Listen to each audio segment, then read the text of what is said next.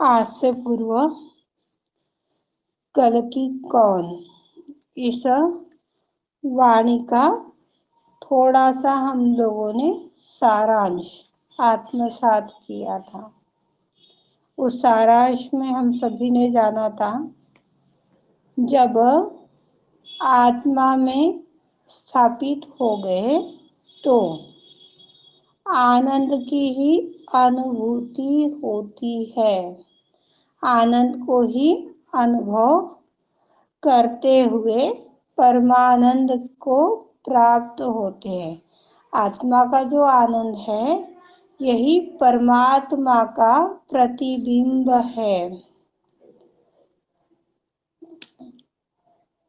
और जो व्यक्ति एक दूसरे की आत्मा का ख्याल रखता है, देखभाल रखता है, ऐसे लोग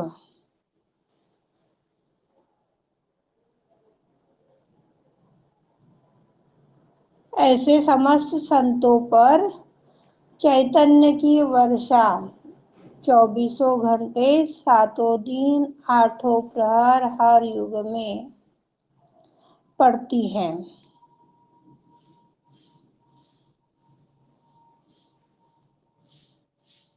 जब जागरूकता हम सभी के अंदर आ गई तो परमात्मा का कार्य अपने आप होने लग जाएगा। उसके लिए आज का आप लोग एक उदाहरण ले लीजिए। 3-4 दिन से आप लोगों को पता है किशन एडमिट था, आप लोगों को पर्याप्त समय नहीं दे पाई, पर कल अपनी एक भावना, अपनी एक समस्या आप सभी के सामने रखी गई। मैं आप लोगों को समय नहीं दे पाऊंगी 1 घंटे से ऊपर। आप लोग ध्यान करवाना चाहो, भजन करना चाहो तो 4 बजे खोलने की ड्यूटी मेरी रहेगी, पर 1 घंटा 4 से 5 या 5 से 6 1 घंटा आप लोगों को दिया जाएगा। आप सभी ने मेरी इस बात को समझा और व्यवहार में लाने के लिए आज जो कार्य अनीता दीदी हो गए, ये सरिता बोबड़े हो गई, रिंकू यादव हो गई, अर्चना जी हो गए, सबने मिलकर के जिस तरह से पार लगाया है, तपस्या हो गई, जो ध्यान भजन जो भी कार्य है, इसका यह एक उदाहरण है जागरूकता का। आदिशक्ति का कार्य है, हमारा किसी का कोई कार्य नहीं है। ये बात आप लोगों के ध्यान में आ गई है। आज के इस कार्य से आप सभी ने मिलकर के इसको सिद्ध कर दिया है। इस तरह की यदि हर पल हर क्षण जागरूकता एकमेक के प्रति, एकमेक के लिए अपने हृदय में जन्म ले रही है, तो परमात्मा का कार्य हो रहा है। एक साधक ने आदिशक्ति श्री माता जी से सवाल पूछा, क्या कोई आत्मा हम पर, हमारे चक्रों पर प्रभाव कर सकती है क्या? अपने चक्रों पर, अपने नाड़ियों पर कोई आधिपत्य जमा सकता है क्या? यह सवाल एक साधक ने आदिशक्ति से पूछा है। क्या लगता है आपको, क्या जवाब दिया होगा श्री माता जी ने यहाँ पर?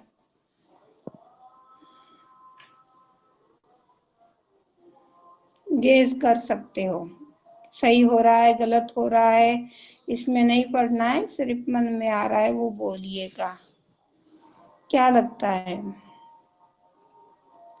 प्रभाव कर सकते ना दीदी, जय श्री माता जी। अपने अंदर के षडरित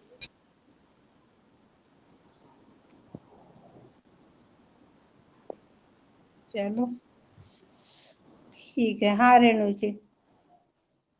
हाँ दीदी, जब अपने अंदर का चैतन्य रहेगा तो कुछ नहीं करेगा। जब अच्छा सब कुछ रहेगा तो चैतन्य तो अच्छा ही रहेगा। सही बात है, दोनों ने सही जवाब बोला है। इ- और कुछ बचा है? कुछ बोलना चाह रहे हो?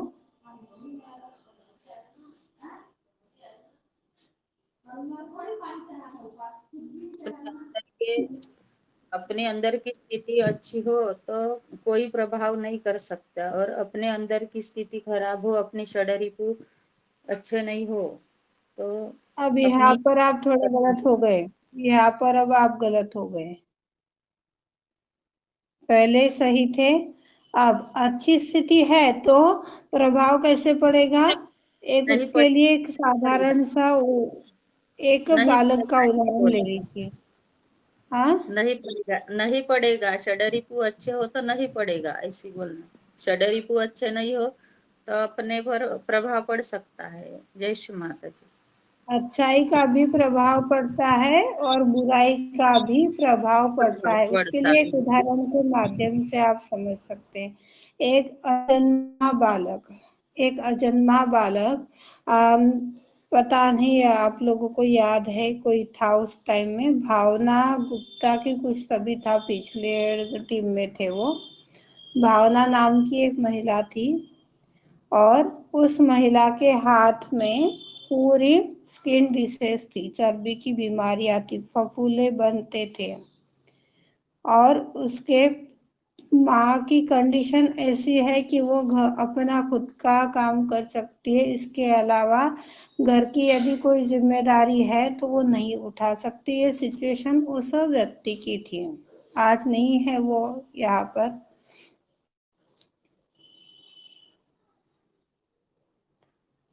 जब मम्मी से कोई काम होता नहीं है, खुद से अपना अपना काम होता है, इस सिचुएशन में क्या वह सास अपने बहू का जापा करवाएगी, जिसे बाळंतपण म्हणतात। मराठी में बाळंतपण और हिंदी में जापा बोलते, डिलीवरी करवाएगी, यह सवाल था। अब इस सिचुएशन में इसको नियमों का पालन तो हो ही रहा था, नियमों का पालन करते हुए भी वह व्यक्ति एक मैसेज बोलो, एक कॉल बोलो, बोल करके चली जाती थी कि अरे दीदी मेरे भाभी की डिलीवरी है और मेरे मम्मी से काम नहीं होता है तो मैं कभी कभार ध्यान में आ पाऊंगी, आप मुझे ग्रुप से मत हटाइएगा। इस तरह से जब उसको यह बात बताई गई कि जब आपके भाभी की डिलीवरी हो रही है तो जो सॉरी, अभी अभी जन्मा हुआ बालक है, वह 3 साल तक, जब तक उस बच्चों को मेरी मम्मी, मेरे पापा, मेरा मेरा ये जो भी कुछ समझ में नहीं आता, तब तक उसके अंदर परमात्मा का कनेक्शन बना हुआ है। आप यदि इसको अपने गोद में लेते हो और गोद में लेकर के आपके समय के अनुसार 3 महामंत्र है, कोई भजन है, ध्यान है, गणेश शतरंज, जो भी चीज उस टाइम के समय सूचकता के अनुसार बैठ रही है, आप यदि करते हो तो आपके हाथों की जो यह तकलीफ है, यह तकलीफ ठीक हो जाएगी। एक प्योर सोल होने की वजह से वह अपने अंदर की पूरी अशुद्धता खींच रहा था। यही बात आपको चित्त की तपस्या में सिखाई गई थी। चित्त की तपस्या, अपने अपना चित्त किसी के ऊपर जाता है तो उस व्यक्ति के अंदर यदि पॉजिटिव ऊर्जा चल रही है, वो संतुलन में है, तो वो हमें फायदा देगा। पर इसके अलावा यदि वह व्यक्ति संतुलन में नहीं है, न जाने कितने भूतों को अपने दिमाग पर सवार करके बैठा हुआ है, तो इस कारण से हमें भी कष्ट होगा। तो इस तरह के 2 प्रकार होते हैं, एक लेफ्ट साइडेड, राइट साइडेड। जब स्थान में देवता जागृत होते हैं, स्थान में देवता जागृत होते हैं मतलब अपने मध्य नाड़ी में जब देवता जागृत हो जाते हैं तो 3 जाल वाला दरवाजा बन जाता है। 3 जाल वाला दरवाजा कौन बताएगा?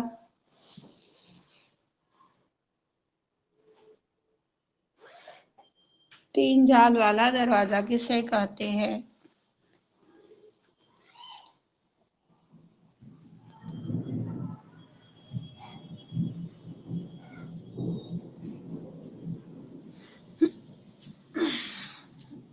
चलो कोई बात नहीं। अपनी इच्छा, अपना कर्म और अपना धर्म, इसका उल्लेख श्री गणेश अथर्वशीर्ष में किया गया है। गुणत्रयातीतः देहत्रयातीतः कालत्रयातीतः। परमात्मा की इच्छा, परमात्मा के गुण जो हमारी ईड़ा नाड़ी पर शुरू से विद्यमान है, पर हम उसका अनुकरण या व्यवहार में उसका जो उपयोग लेना चाहिए वो कम हो रहा है। दूसरी बात, कार्य शक्ति, हमें कहाँ पर कैसे कार्य करना है, कैसे बोलना है, कैसे नहीं बोलना है, कैसे उठना है बैठना, हर एक चीज का कार्य आदि शक्ति ने अपने राइट कार्य के माध्यम से हम लोगों को प्रैक्टिकली दिखाया है। इससे भी हम ऊपर उठ रहे हैं। और समस्त धर्मों से धर्मनिरपेक्षता जिसे बोला, सिर्फ विश्व निर्मल धर्म, पवित्रता के धर्म में जब हम स्थापित हो रहे हैं, तो यह तीन जालों से जब हम ऊपर उठ रहे हैं, यह दरवाजा खुल रहा है। इसे तीन जाल बताए गए हैं, ईड़ा नाड़ी, पिंगला नाड़ी और मध्य नाड़ी। ईड़ा नाड़ी गुणों से पूरे है, पिंगला नाड़ी कार्य शक्ति से पूर्ण भरपूर है, और मध्य सुषुम्ना नाड़ी जो धर्म की जागृति कराता है। जब यह तीन प्रकार के जाल का दरवाजा बनता है, तो चक्र को श्री माता जी ने जाल बताया है। तीन नाड़ी के माध्यम से ये जो जाल, दो चक्रों के माध्यम से एक चक्र जन्म में आता है, उत्पन्न होता है। इस चक्रों को जाल ये श्री माता जी ने बताया है।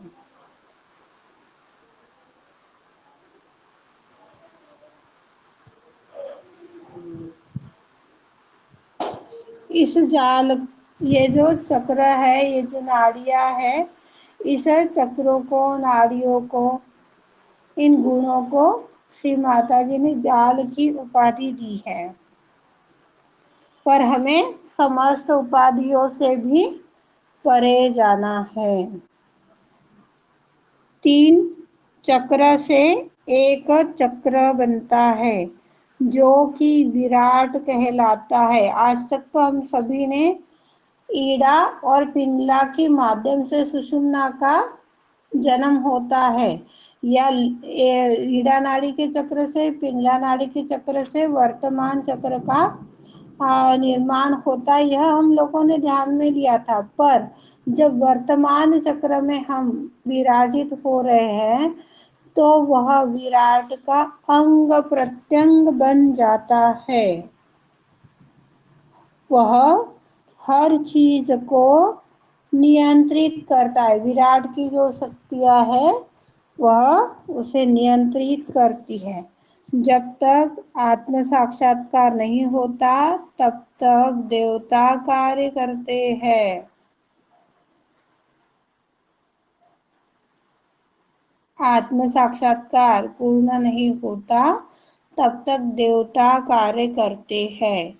मतलब सहस्त्रार से नीचे है तब तक हमें वो संकेत देंगे, तब तक हमें अलर्ट करेंगे कि नहीं, आपको ऐसे नहीं करना है, इधर नहीं जाना है, ऐसे नहीं, ऐसे नहीं, ऐसे नहीं, हर अच्छी बुरी चीज से आपको आगाह करते रहेंगे। पर जब आप सहस्त्रार में आ जाओगे, तो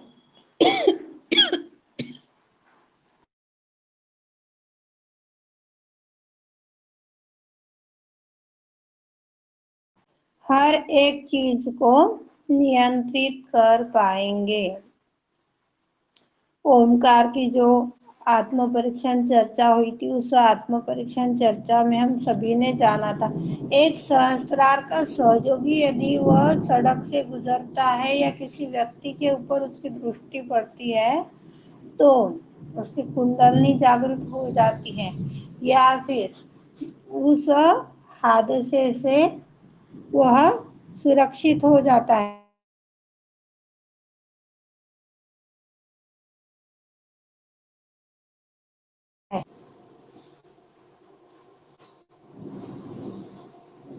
जब तक आत्म साक्षात्कार नहीं होता तब तक देवता कार्य करते। सहस्त्रार का सहयोगी यदि सड़क से गुजर रहा है तो वह होने वाले एक्सीडेंट से भी सामने वाले की सुरक्षा अपने आप हो जाती है। पहली बात तो होती ही नहीं है, पर वह रास्ते से गुजरते वक्त यदि वह मूवमेंट पर आ गई है, एक्सीडेंट की मूवमेंट पर आई है, तो वह रुक जाएगी।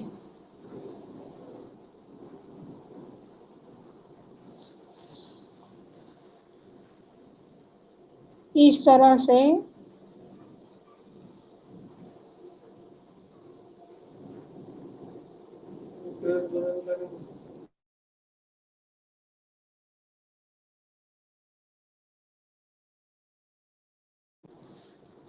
आत्म साक्षात्कार के पश्चात हमें संपूर्ण संतुलन प्राप्त होता है।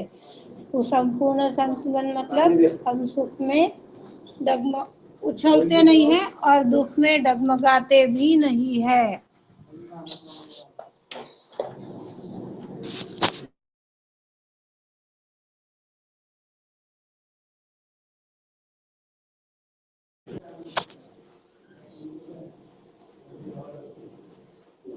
आत्म साक्षात्कार के पश्चात समस्त देवता हमें संतुलन प्रदान करते हैं। जब हम संपूर्ण संतुलन में रहते हैं तब सद्भावना, शांति,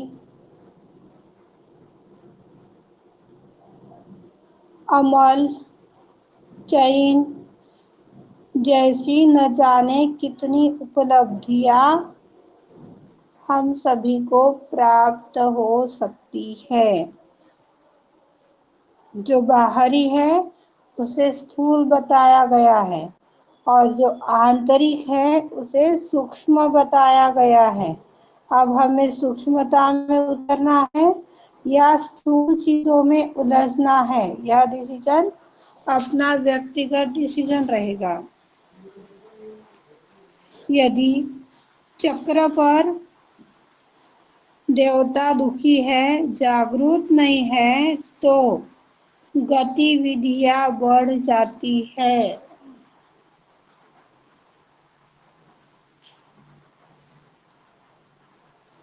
चक्र पर देवता जागरूक नहीं है तो गतिविधियां बढ़ जाती है। एक के बाद दूसरी, दूसरे के बाद तीसरी, तीसरी, यानी वो खत्म ही नहीं होती है, कुछ ना कुछ चालू ही रहता है।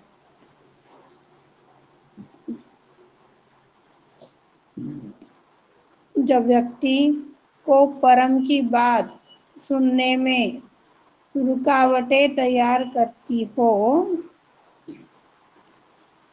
यह काम एक सीमा तक ठीक चलता है। आदिशक्ति की बातें सुनने में यह एक समय तक कार्य ठीक चलता है, पर एक समय बाद वही कार्य को लेकर के कुछ भाई बहन ऐसे हैं कि उन्हें परेशानी होने लग जाती। क्या वही वही रोज रोज आत्म परीक्षण चर्चा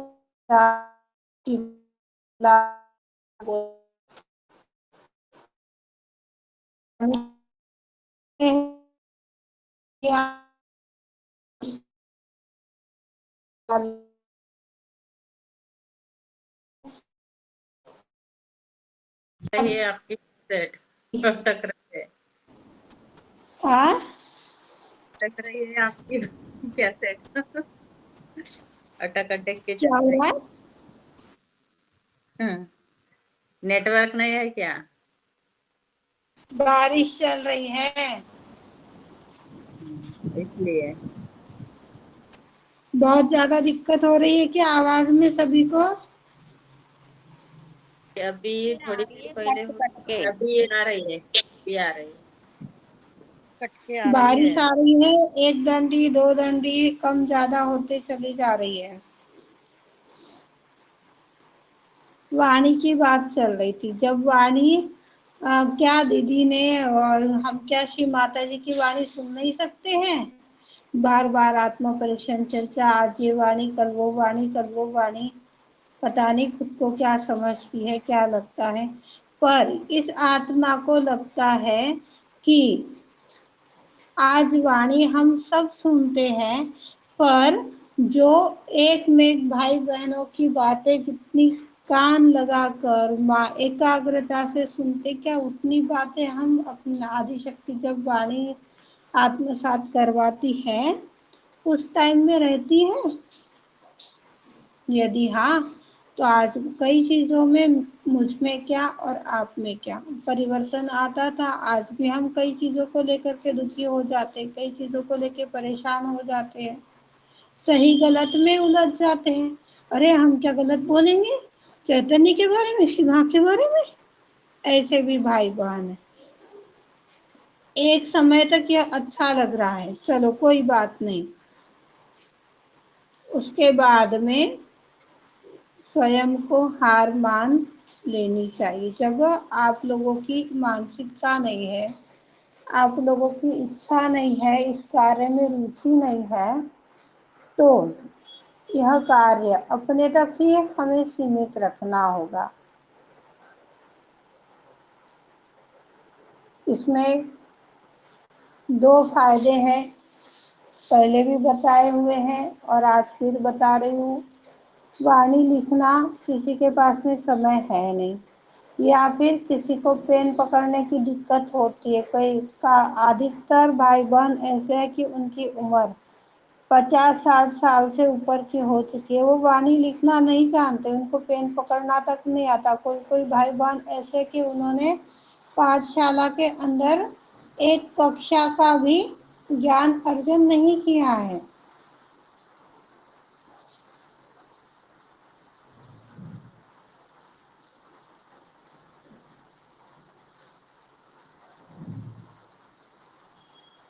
अपने लाइन से मैं भटक गई हूँ, क्षमा चाहती हूँ, कुछ बोलना चाह रही थी, भूल गई।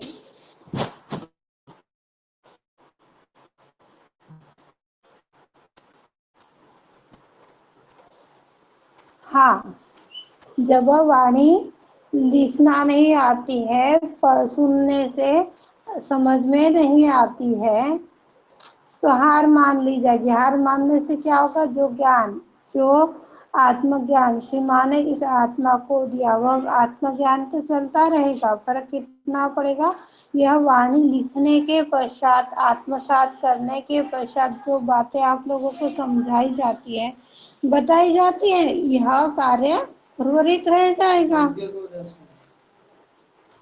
ठीक है।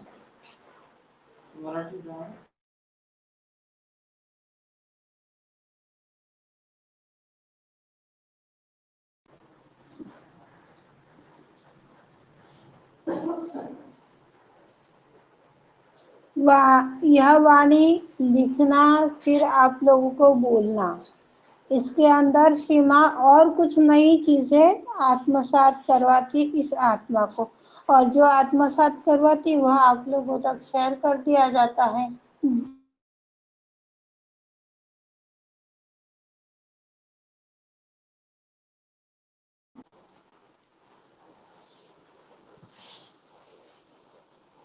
इतना ही फर्क पड़ेगा, और कोई फर्क नहीं पड़ने वाला है। फिर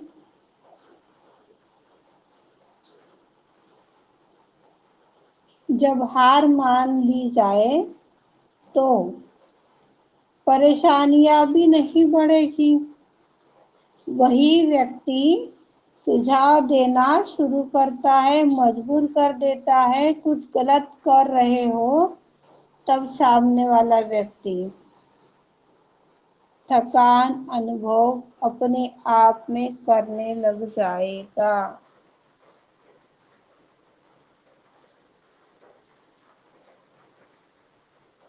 फिर भी व्यक्ति सुनता नहीं, समझता नहीं, और अपनी गतिविधियों से ही कार्य करता है,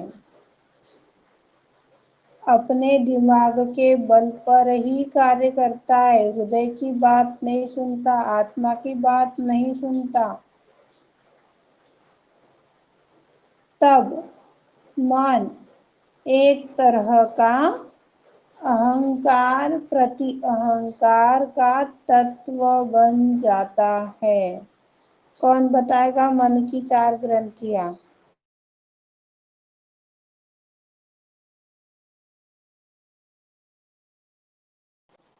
भूल गए क्या सभी?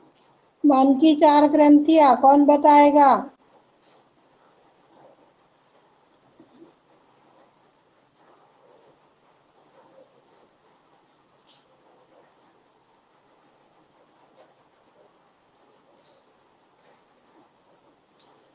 ठीक है,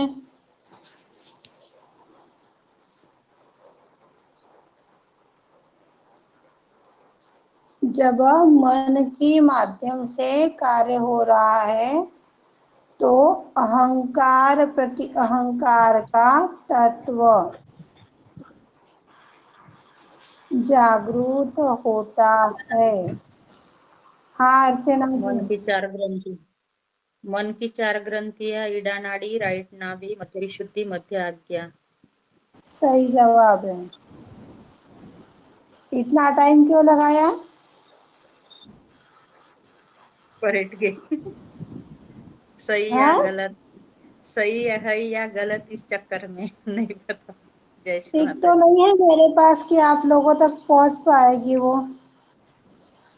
इड़ा नाड़ी, राइट नाभि, मध्य विशुद्धि, मध्य आज्ञा।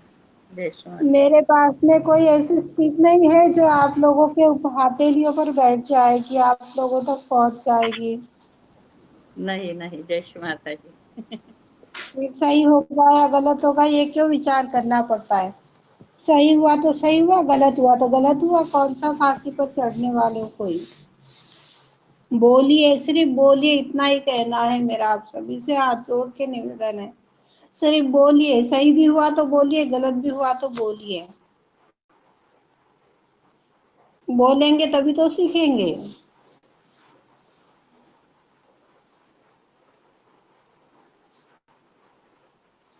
कभी हम अहंकार में उलझ जाते हैं, कभी हम प्रति अहंकार में उलझ जाते हैं, क्योंकि उसमें खुद के ऊपर की जिम्मेदारी ले ली है। मैं करता हूँ, मुझे करना है। जबकि श्री माता जी ने हम सभी को बताया है, सारी कायनात आपके पीछे आपकी सुरक्षा के लिए खड़ी है। आप एक बार आवाज लगाकर तो देखिए। पर हम कभी अपने साथ में या अपने पीछे जो हमारे वीर भाई बैठे हुए हैं, श्री गणेश जी हो गए, कार्तिकेय हो गए, हनुमान जी हो गए, भैरवनाथ हो गए, जितने भी देवता शक्ति जिस स्थान पर विराजित है वो हमारे कार्य के लिए तत्परता से खड़े हैं। पर हम कभी उन्हें बोलते ही नहीं है, मुझे ऐसा करना है, मुझे ऐसा करना है। हम स्वयं के ऊपर जिम्मेदारी ले लेते हैं, और जब जिम्मेदारी अपने ऊपर ले ली तो क्या हो गई? थकान आ गई, हम थक गए। मेरे से ऐसे नहीं हो रहा है, मैंने कितना किया, मैंने उतना किया, एक मेरे को सिर्फ इतना ही।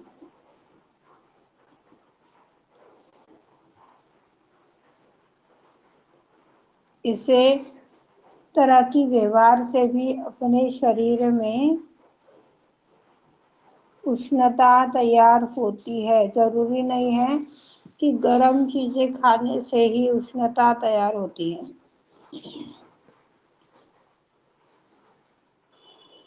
और यह उष्णता कितने विकारों को जन्म देती है? कितने विकारों को जन्म देती है, किसको याद है? उष्णता के माध्यम से कितने विकार होते हैं?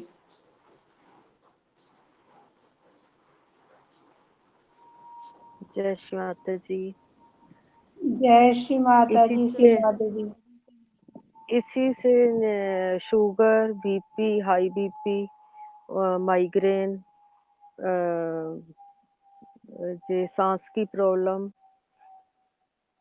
सर्वाइकल, जो राइट साइड की सारी प्रॉब्लम्स है इसी से होती।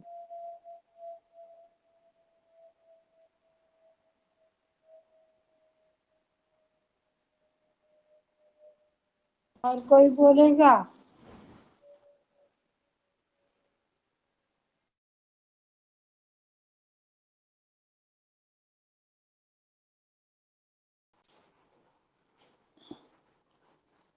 सीमा दीदी, आपने है ना 50% सही जवाब दिया है।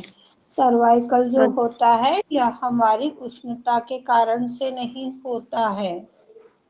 अच्छा जी। हाँ, उष्णता के कारण से बीपी भी नहीं होती है। बीपी हमारी जो लो होती है, ये हमारे क्या बोलते, नहीं, इच्छा हाई शक्ति से, मैं हाई जो दोनों बता होती है रही अभी। हूँ। हाँ, अच्छा। हाई और लो दोनों बता रही हूँ। हाई बीपी जो होती है यह हमारे बहुत ज्यादा कार्य शक्ति उपयोग में आती है ना। हम भले ही एक जगह पर बैठे हुए रहेंगे, उस एक जगह पर बैठे हुए रहने के बावजूद भी हमारा मस्तिष्क चलते रहता है। शरीर से, मन से, विचारों से कुछ ना कुछ चलते रहता है। जब यह चलते रहता है और हमारा पूरा राइट भविष्य से जुड़ा हुआ कार्य चल रहा है, चिंता चल रही है, इस स्वरूप में हाई बीपी की तकलीफ सर्दियों को लगती है या किसी भी मानवों को लगती है। और लो बीपी, जो वो पहले की दुनिया में जीते, अरे मेरे साथ ऐसा हुआ, मैंने ऐसे किया था, मैंने वैसे किया, फिर भी ऐसे हुआ, पूर्व की बातों को लेकर के जो ग्रसित रहते हैं, उन्हें लो बीपी हो जाता है।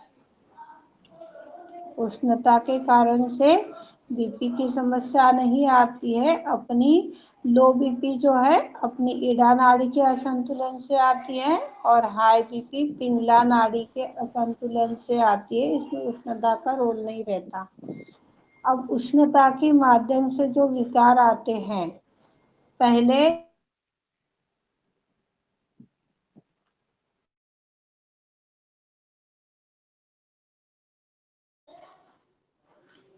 उष्णता यदि संतुलन से बाहर यदि हो गई है तो वह पहला स्वरूप फीवर का दर्शाता है।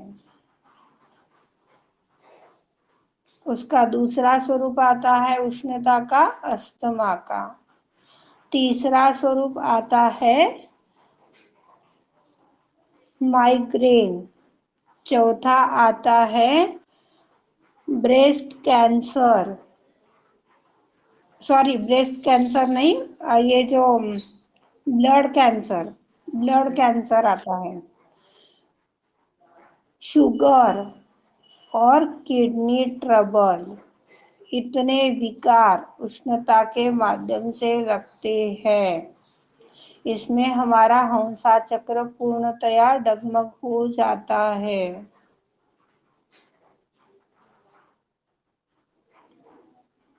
उष्णता के माध्यम से होने वाले विकार, यदि आपको कुछ भी समझ में नहीं आया है, पता भी नहीं है, और इसमें से कोई चीज हो गई है, वह व्यक्ति यदि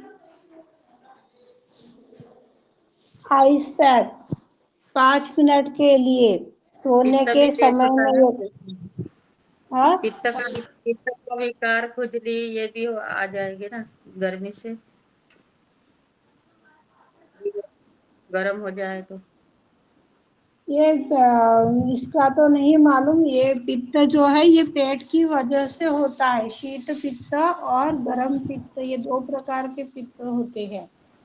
ये खान पान के माध्यम से आता है, जहां तक मुझे लग रहा है। मैं श्योर नहीं हूँ, पर ये लग रहा है मुझे। आप में से किसी को फिक्स पता है तो बता दीजिए।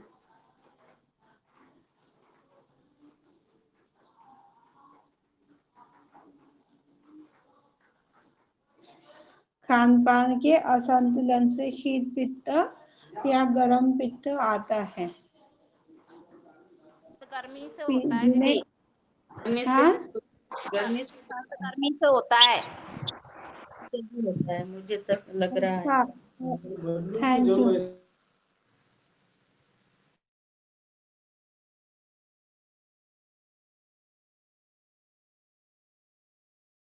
अच्छा, मुझे मालूम नहीं था। थैंक यू, आप सभी ने मार्गदर्शन किया। Thank you. श्री माता जी।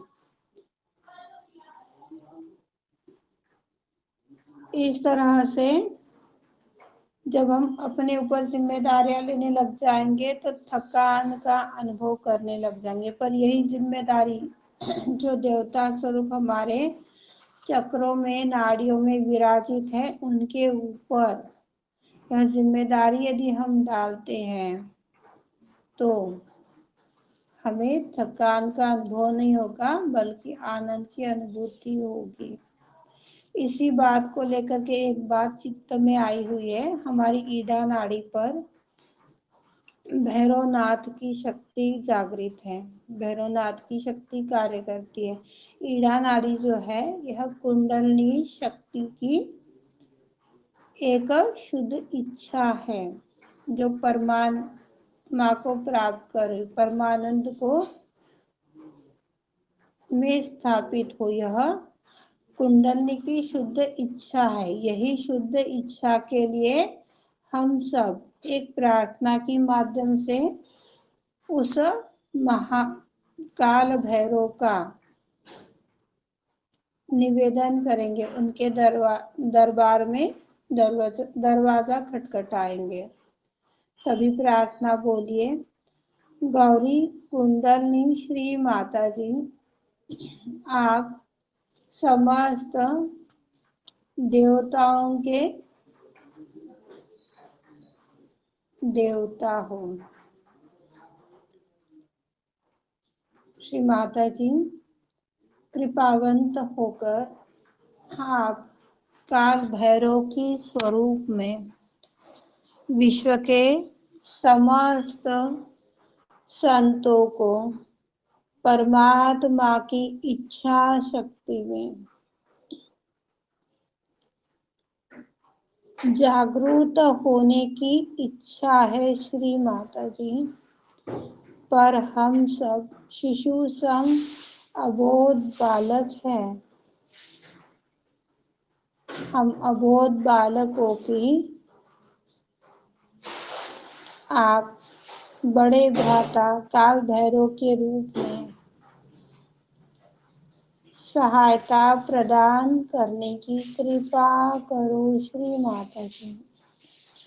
सहायता प्रदान करने की कृपा करो श्री माता जी।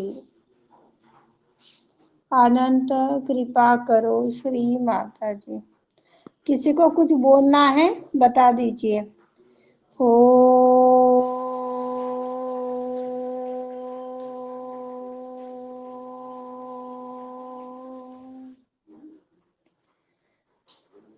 हो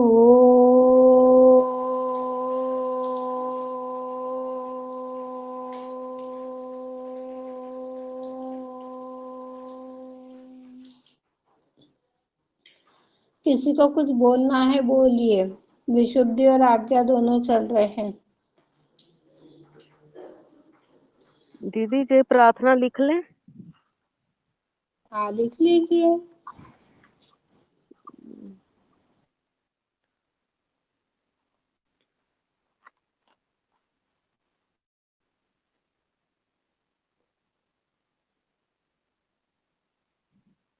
एक बार फिर से बोलना।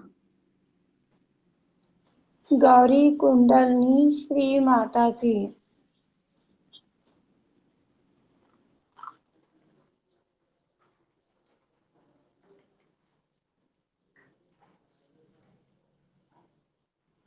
आप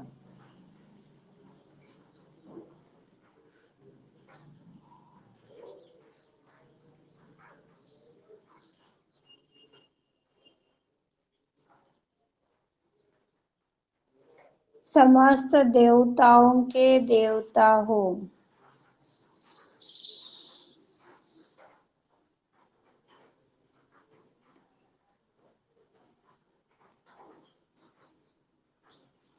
कृपावंत होकर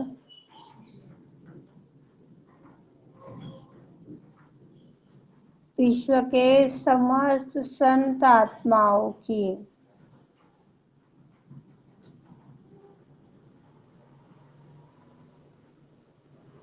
इच्छा है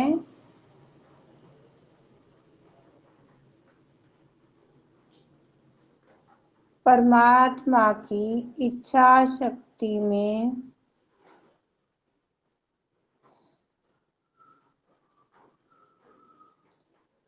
स्थापित होने की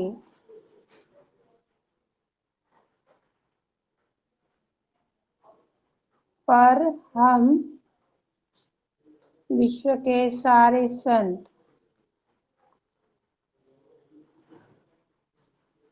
शिशु सम अबोध है। श्री माता जी।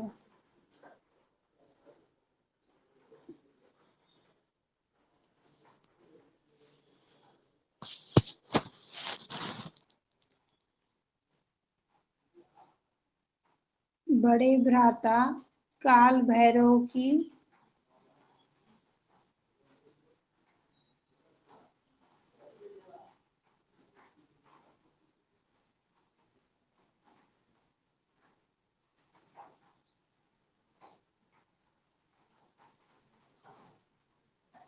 सहायता प्रदान करने की कृपा करो। श्री माता जी।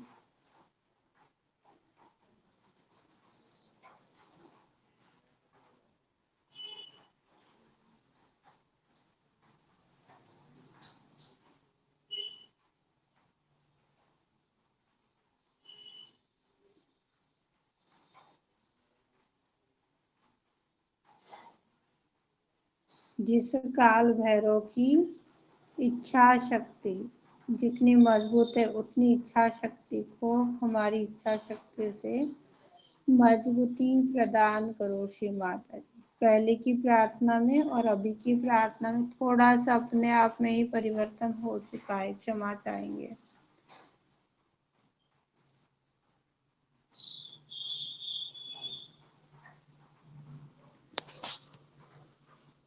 दीदी भैरवनाथ की शक्ति के बाद क्या है?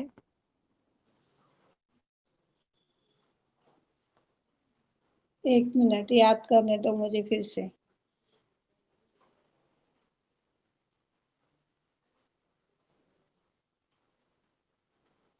परमात्मा की इच्छा शक्ति में स्थापित करा दो। श्री माता जी।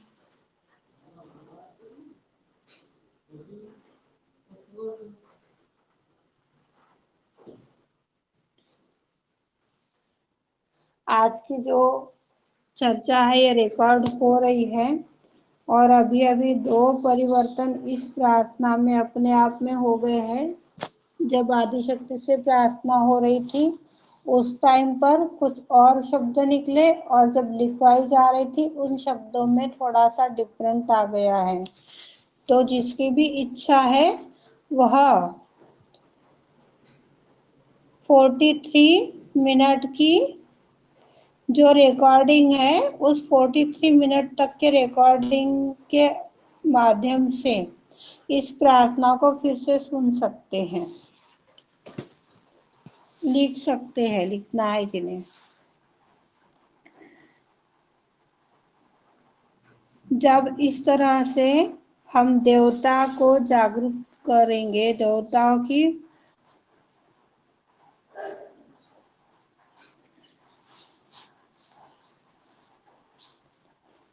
तो पकड़ नहीं आएगी। जब देवता को जागरूक करेंगे, देवता उस स्थान में जागरूक हो जाएंगे तो किसी तरह की पकड़ नहीं आएगी। जब तक देवता जागरूक नहीं होते तो पूर्ण रूप से जब जागरूक नहीं होते हैं तब हम सभी को पकड़ की अनुभूति होती है, आती है, पकड़ भी आती है। आसुरी शक्तियां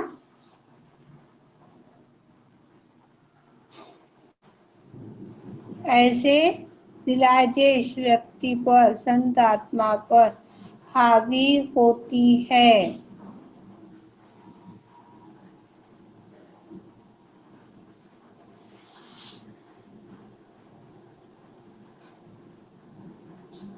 जब आसुरी शक्तियां अपने ऊपर हावी हो जाएगी तो अहंकार को जागरूक करेगी। यह भी एक तरह का राक्षस है।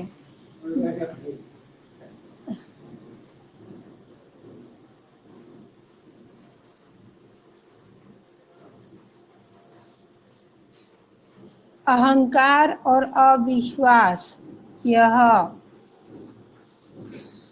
इस नाड़ी के दो पहलू हैं।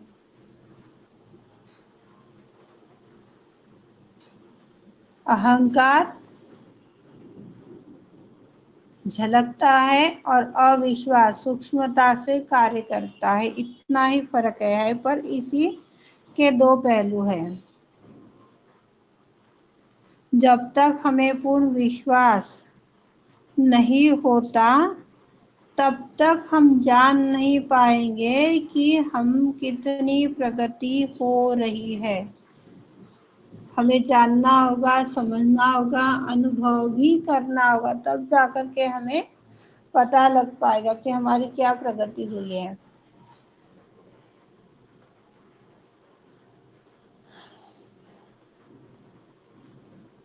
श्री माता जी के कार्य को हो जाने देना चाहिए। फिर देखिए कैसे सारे शक्तियाँ, सारे गण, सारी देवता कार्य करते हैं।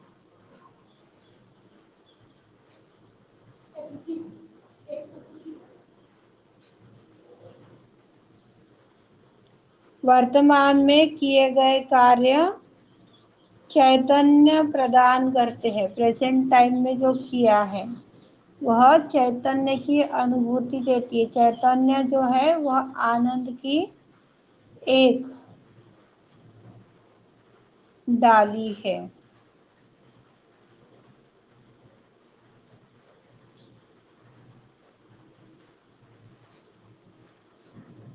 और यह जो डाली है ये बहुत ही उच्चतम आनंद की डाली है।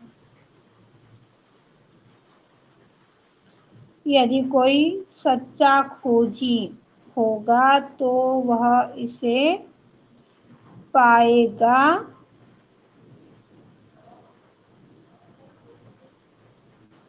अन्यथा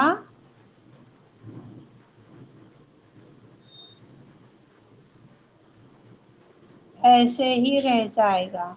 जो सच्चा खोजी होगा वह विश्व की रक्षा करेगा, सृष्टि को नष्ट होने से बचाएगा।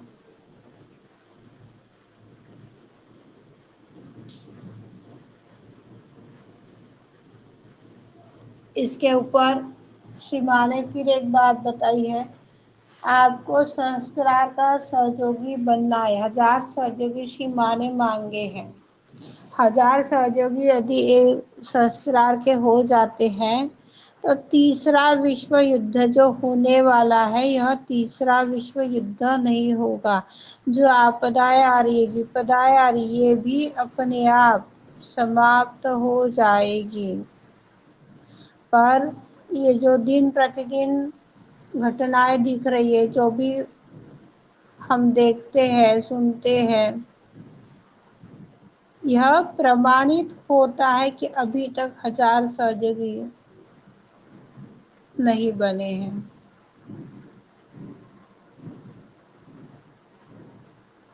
1000 सहयोगी बन जाते तो ये जो विश्व नष्ट हो रहा है, कहीं बारिश से, कहीं भूकंपों से, कभी अग्नि से, तो कभी किसी रूपों से, न जाने कितने रूपों से यह असंतुलित विश्व नष्ट होते चला जा रहा है।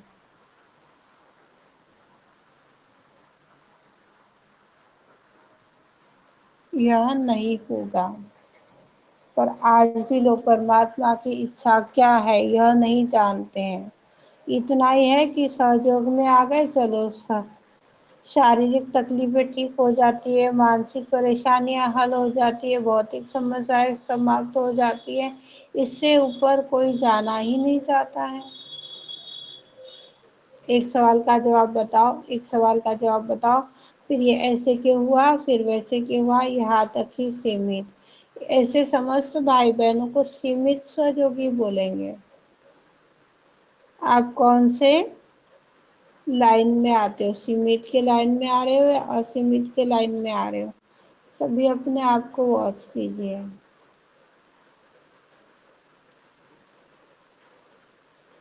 साक्षात श्री आदिशक्ति माता जी, श्री निर्मला देवे नमो नमः। जय श्री माता जी।